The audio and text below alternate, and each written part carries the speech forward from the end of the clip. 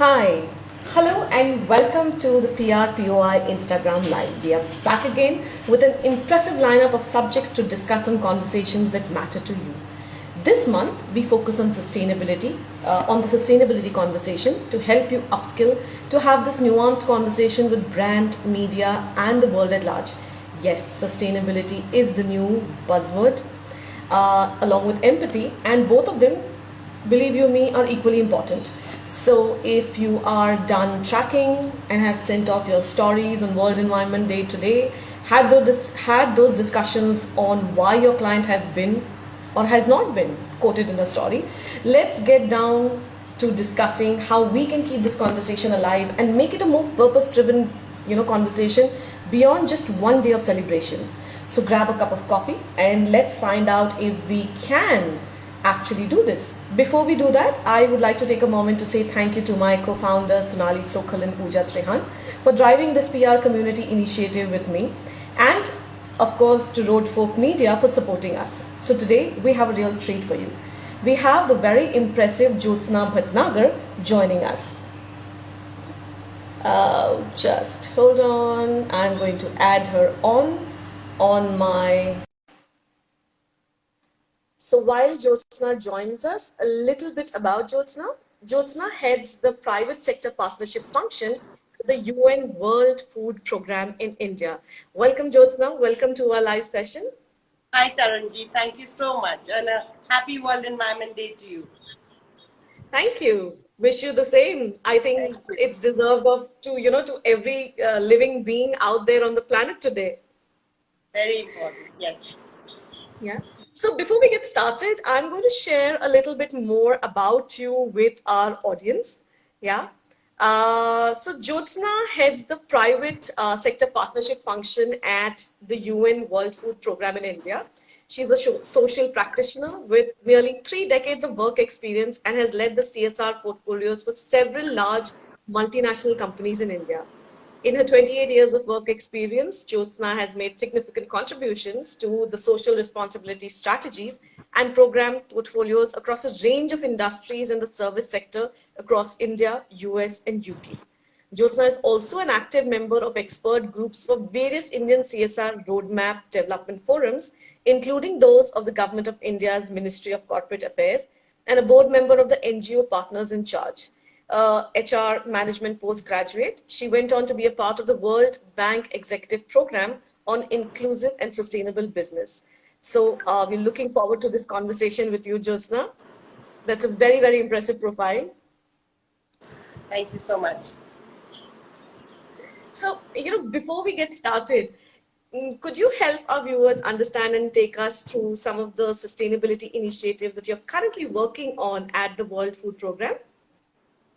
Sure. Thanks so much, and a big hi and a big shout out to all of your followers and your peers who are watching this. Thank you so much for your time.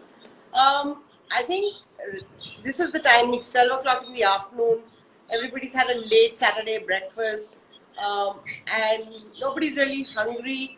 So you may not identify with what I'm just about to say, but the fact is that there is a lot of hunger and malnutrition in this world. At last count, there were 690 million people who were categorized as undernourished or hungry.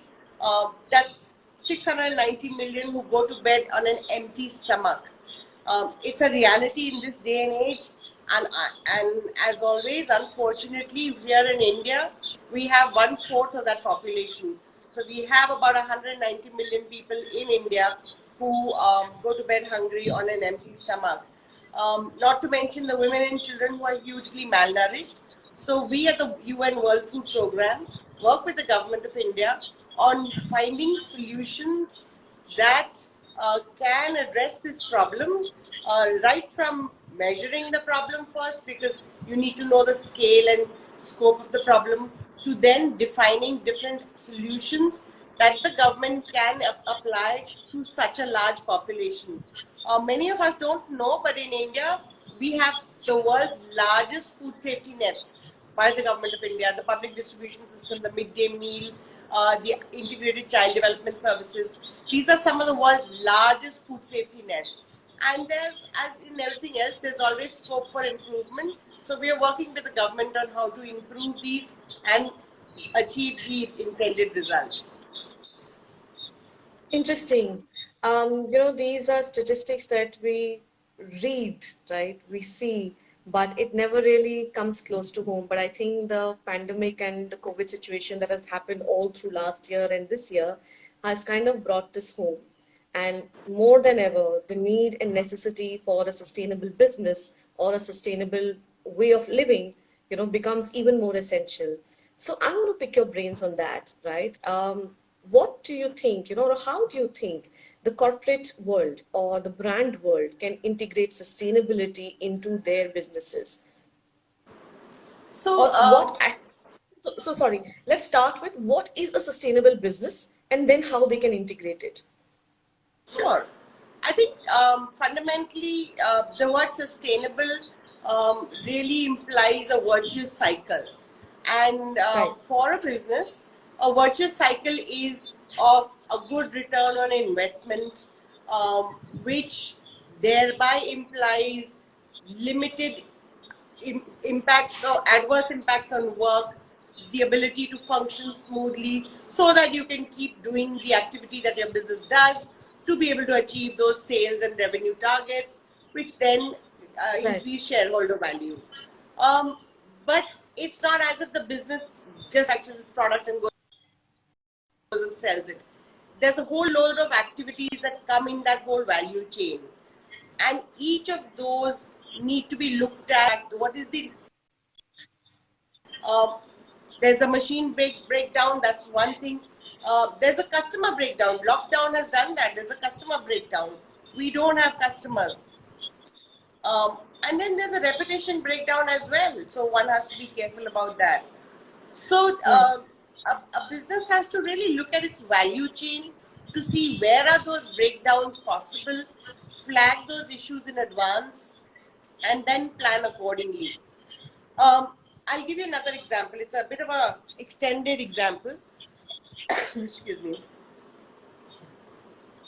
We work on the issue of malnutrition, Tarunjeet, and about 46 million children in India under 5 are chronically malnourished.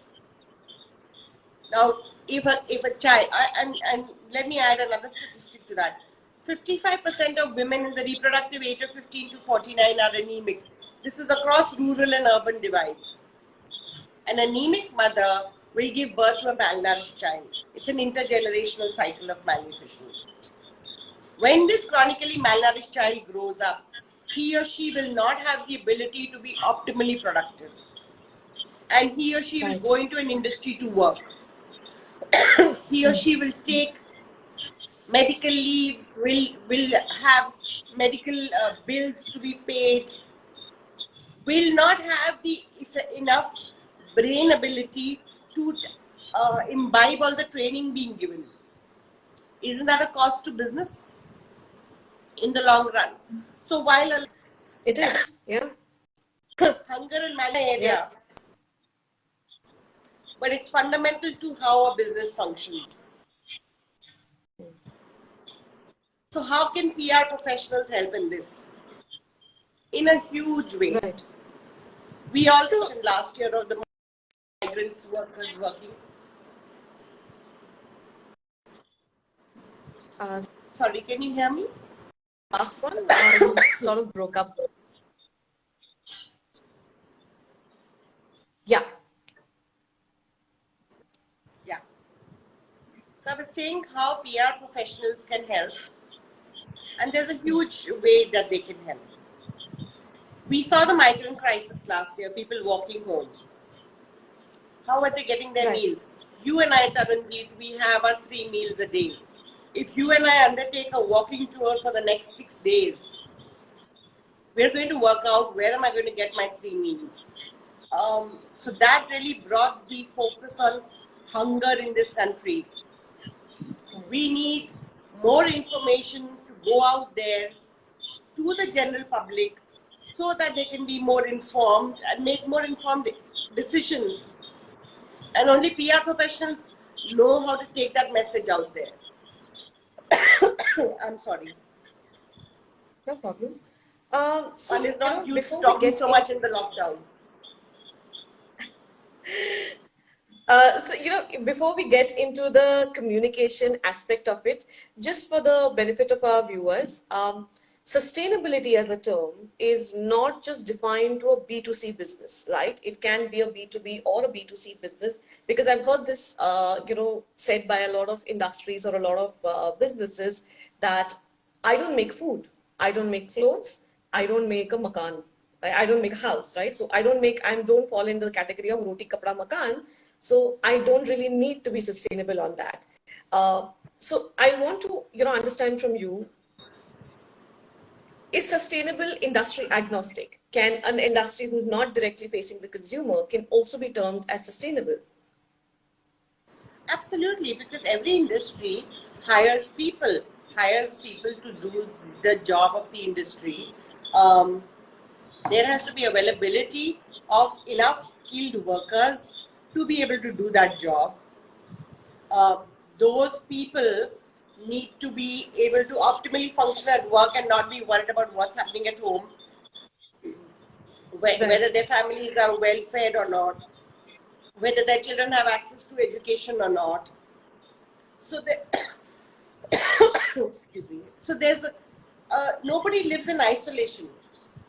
Everybody is Right. part of an ecosystem. That ecosystem has to function optimally. The industry doesn't live in isolation. Somebody once said to me, I can't be an island of prosperity in an ocean of poverty. And that says it all. Beautiful. Yeah, yeah, it does. It does. So let's Yeah. come down to communication. How essential is the role of effective communication in the sustainability conversation? Very, very important, very effective. And to use a oft repeated statement, even more relevant today in this world of such a communication blitzkrieg that's going on with so much Right. social media. Um, People are accessing information. How do they sift through that information to know what is right, what is not, or forget right or wrong? What is data, reliable data? What are the facts? What are the frills and the makeup on it? And to know more and more about issues. Then the Right. current generation, Tarunjeet, I'm really happy to say, is very, very socially inclined, is very interested in social causes. They need more information about what are the issues on the ground and what are the different roles that are possible for them to Right. identify. So I need to make an informed decision about something.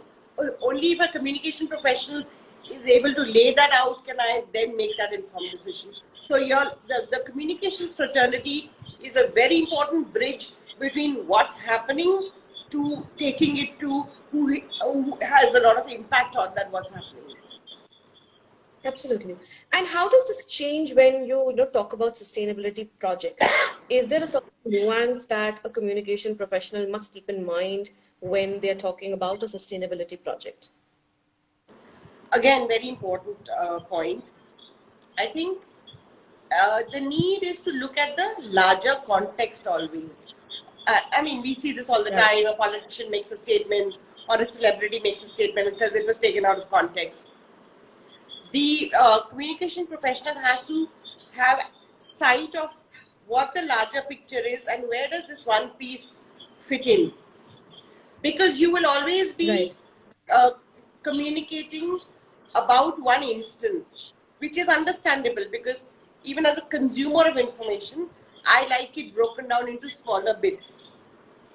But the Right. moment the communication professional looks at the bigger picture, he or she can structure the bits such that there's a flow to it. And therefore, it's not just about here's a press release that I'm doing on this inauguration. There's a school being inaugurated. I need to do a press release. Well, that village might have a whole load of an epidemic of malaria going on. The media is going to next day say, you were so busy talking about your school inauguration. Did you know that there was a health crisis in the village? So that bigger picture is very, very important to have sight of, and then plan your communications, which you are required to do. Okay, let me kind of reframe that question a bit. What are the three things that a communication professional must ask a brand when they are presented with a sustainability project?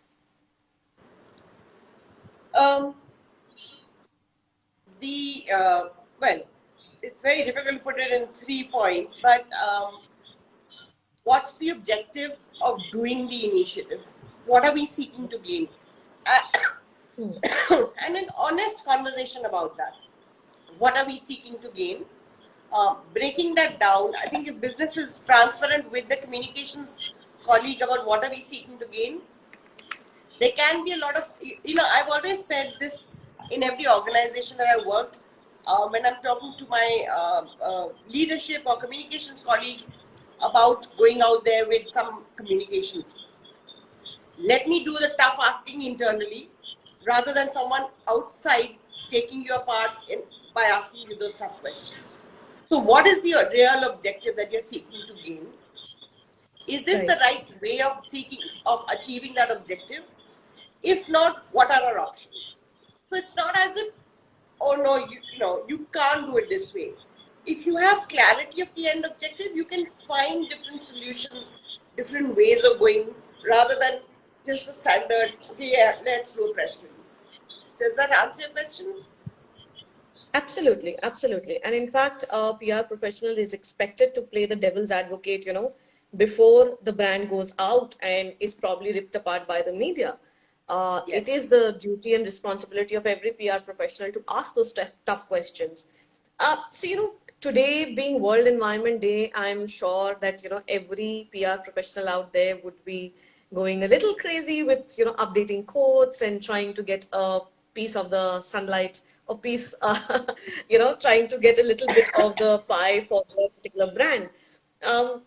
While this is all good because it throws a spotlight on World Environment Day and the necessity for this day to exist, how do brands or PR professionals convince their brands that this needs to go beyond just one day? So that's a tough one, honestly. Having been there within a communications team, there are always so many pressures on the communications professional. There's a day every day. There's a Women's Day, there's an Environment Day, there's a World Hunger Day, there's a World Disability Day, there's a World AIDS Day. Absolutely. And I think it goes back to sitting with the leadership at the start of the year and saying, what's your overall vision for communications this year? What's the strategy you want us to adopt? And then work backwards from there. So if you want a press release on World Environment Day, there's something to be done in the run-up to that. What are those activities? Would you rather picture or a photo of planting a small sapling on World Environment Day? Or would you rather have a picture of a trees celebrating the fact that we invested in this a year ago, and here this World Environment Day, this is our gift to these fully grown trees. As a PR professional, you know yourself which one has more weight. Everybody's interested to come in the output. And that's so there you go. Yeah. And that's a very, very interesting and succinct way of putting that across. I think next time we have this conversation, I'm going to use this example. But do you feel leaders today understand the need for doing good, drive revenues?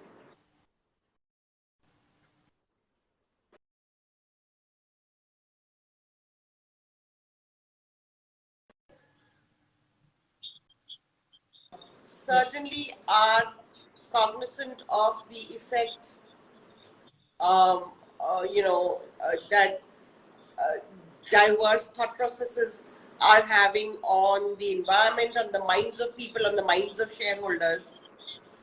They are taking cognizance of all of that. There is, I think, still a journey to be covered of a sapling versus a full-grown tree photo op.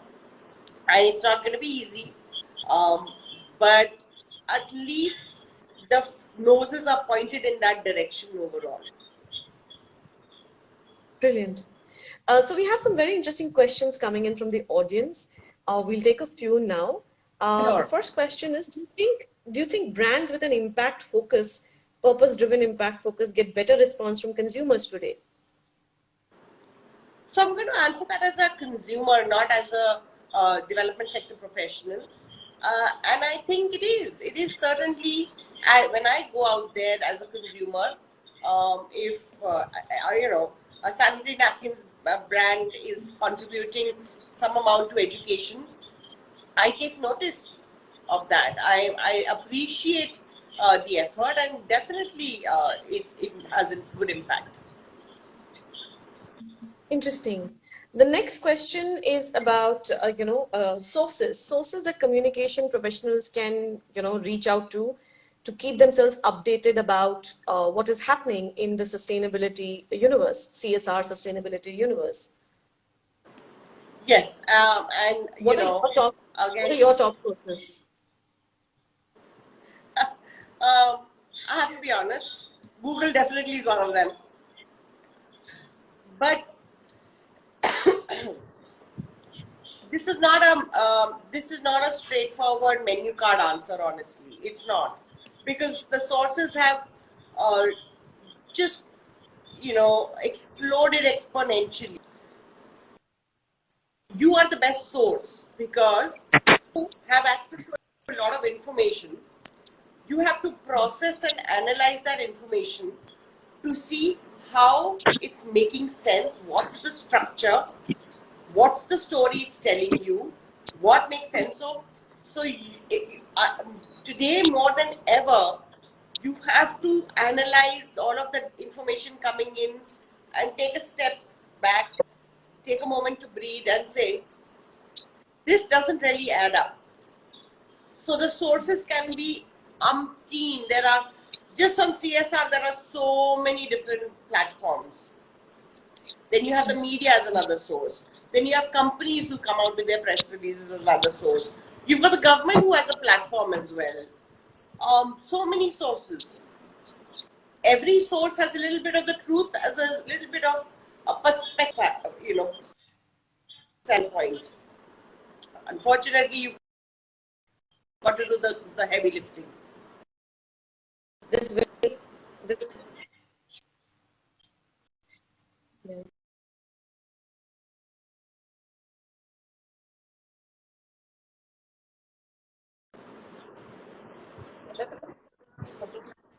PR professional, I will be remiss if I don't ask, what are your sources of information gathering?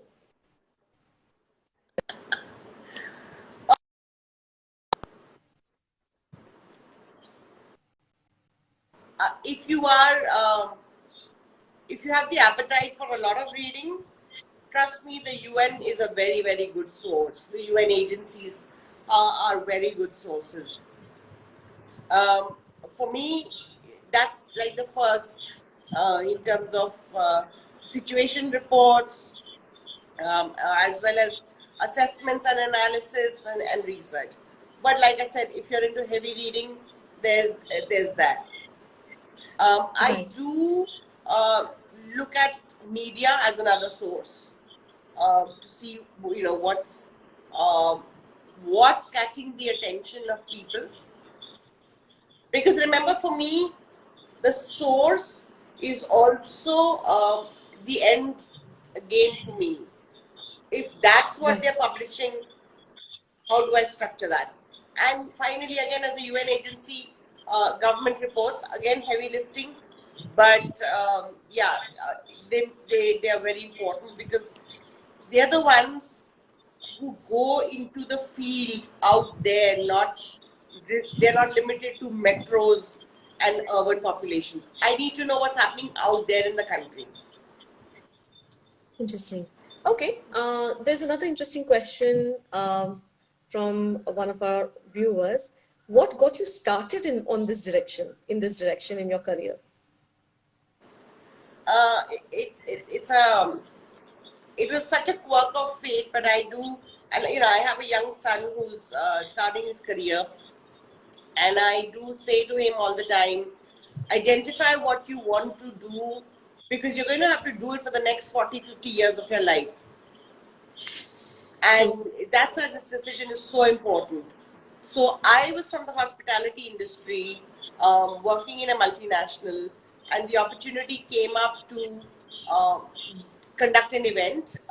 It was a PR event, whereby we were taking a roadshow of our pictures that were of the winners of a wildlife photography competition.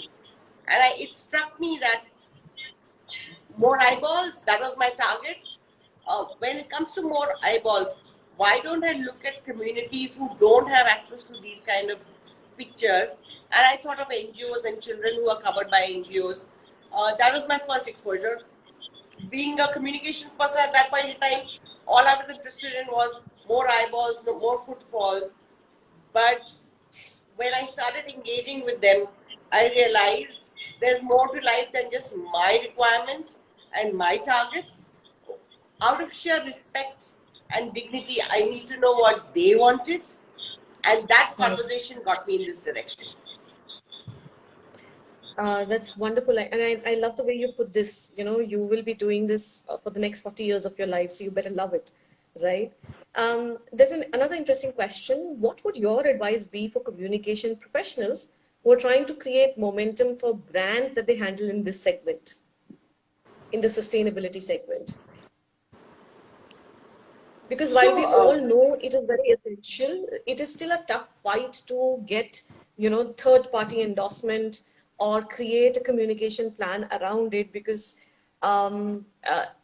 when you go out there and you start talking about it, even though everybody says this is the need of the hour, well, the need of the hour only does not probably gets a minute in the sunlight under the sun. yeah, yeah. Yeah, it's a difficult one, honestly, because there's a lot of um, there's a lot of activity happening out there. Firstly, and there's a lot of chaos as well in terms of the plethora of you know uh, announcements, breaking news, and all of that. Um, One thing that I would suggest especially when you're talking about sustainability specifically, we don't, even within the sustainability industry, and I'm not even talking about the communications professionals in this, there is a huge dearth of measuring beyond the standard number of children covered, a number of men covered in skilling, etc. There's a big Right. dearth of looking at what's the baseline and what is the end line that you've achieved. Has the needle moved? If so, by how much? And where were the challenges of we have to start becoming stronger in constitution about talking about the not so nice topics as well, because it's Right. better you talk about it than somebody else start talking about it. You can make that into a discussion. Believe me, there's a lot of people out there who want to discuss things that haven't worked. I won't use the word failures, but things that didn't work well and what Right. could have happened. So so therefore, I go back to in terms of your question, the need of the hour is the sustainability professional looking at gathering that data of the start and the finish, and sharing that journey rather than just in the end. Okay, that's what's happened. Yeah, but it's a conundrum because everybody wants to show the fully grown tree rather than the difficulties they had in nurturing the sapling. Similarly, in the PR industry, it's everybody talks about ROI, and everybody will give a hunky-dory picture, but nobody will tell you how does that ROI happen. So how does one start this conversation about sharing the challenges, sharing the failures so that others can learn from it. So you can, and I mentioned it in my previous answer. It's you don't do it as a separate piece altogether. You build it into Right. the story of the journey. So your story has, like any pot boiler has some tragedy, it has some action, it has some romance. That's what your journey is, and also we've all been hearing about the whole storytelling way of communicating. Audiences love Right. stories. Why don't you tell us the full story? That's it. Absolutely. Very valid advice. We're running out of time, so I'm going to pick the last three questions for us to answer. Insights on the coming trends for this sector in 2021. What do you think the most important topic of discussion would be? COVID. And there's a huge fatigue already about it. But I don't know how PR professionals are going to deal with this challenge, because it's so front and center of everybody. Um,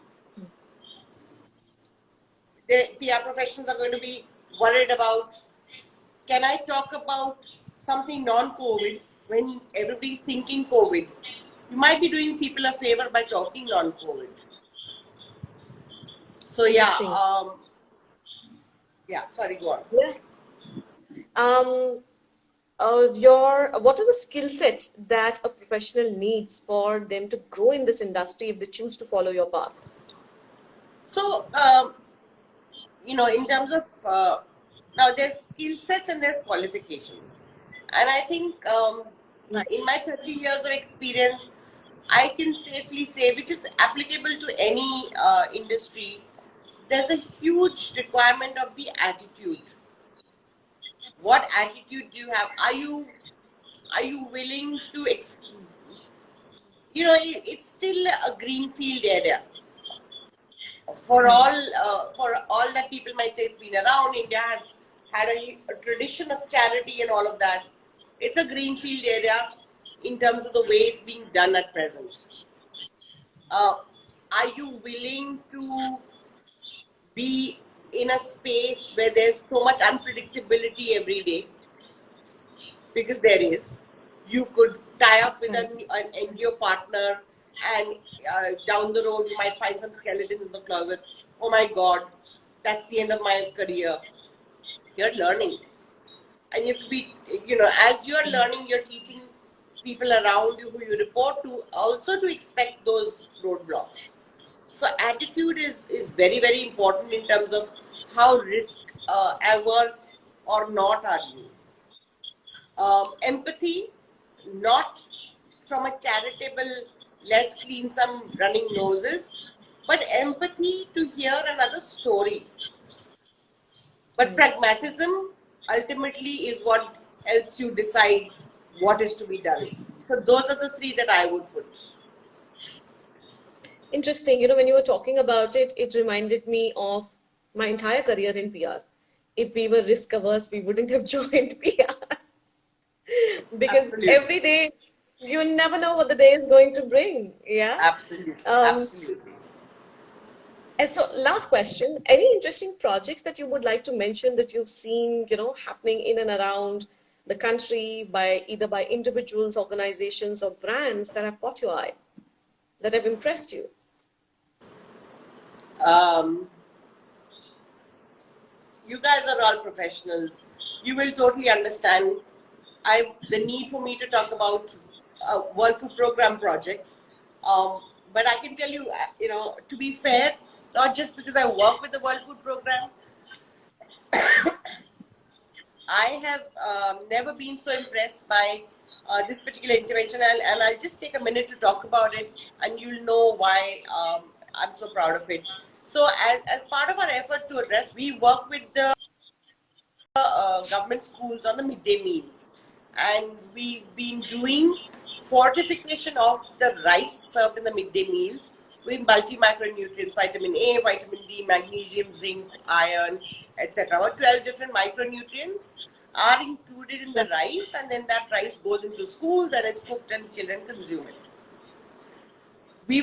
ICMR conducted a study of 10 districts, including the districts where we had done the intervention for. It was a 2-year intervention, and they found the least prevalence of malnutrition in this particular district in Odisha. It was called Gajapati. And we had similar such evidence-based interventions that we did, and we took the evidence to the Government of India.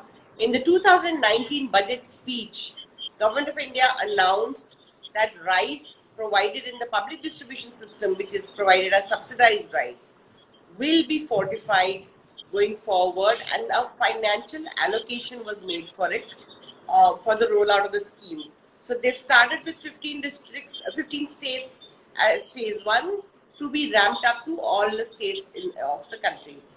For us, we were able to demonstrate an intervention that prevents malnutrition and take it to a policy influencing level.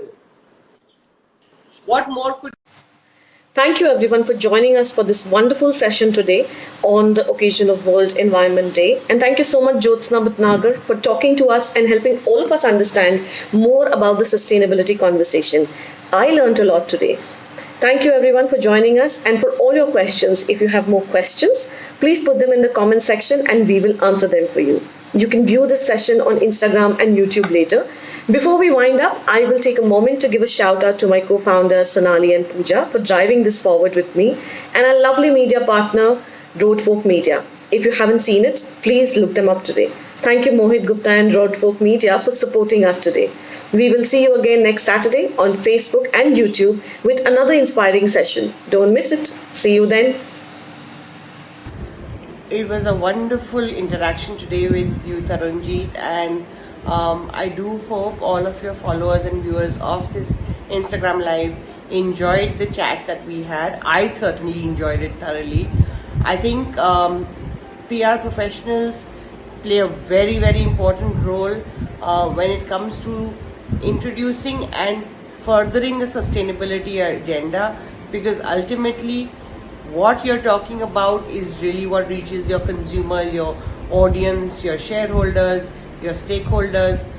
So therefore, an understanding of the sustainability space and what can be done in it is what matters at the end of the day. So you guys, you play a crucial role in this space.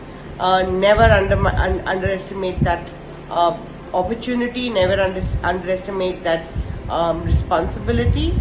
And I'm sure with more and more gathering of data, with more and more analysis, you will definitely be able to grow your portfolio and help more and more people within your organization and in your ecosystem understand the area of sustainability better. Thank you so much PRPOI for having me on this afternoon. It was an absolute pleasure. I thoroughly enjoyed it. I hope you did too. Thank you.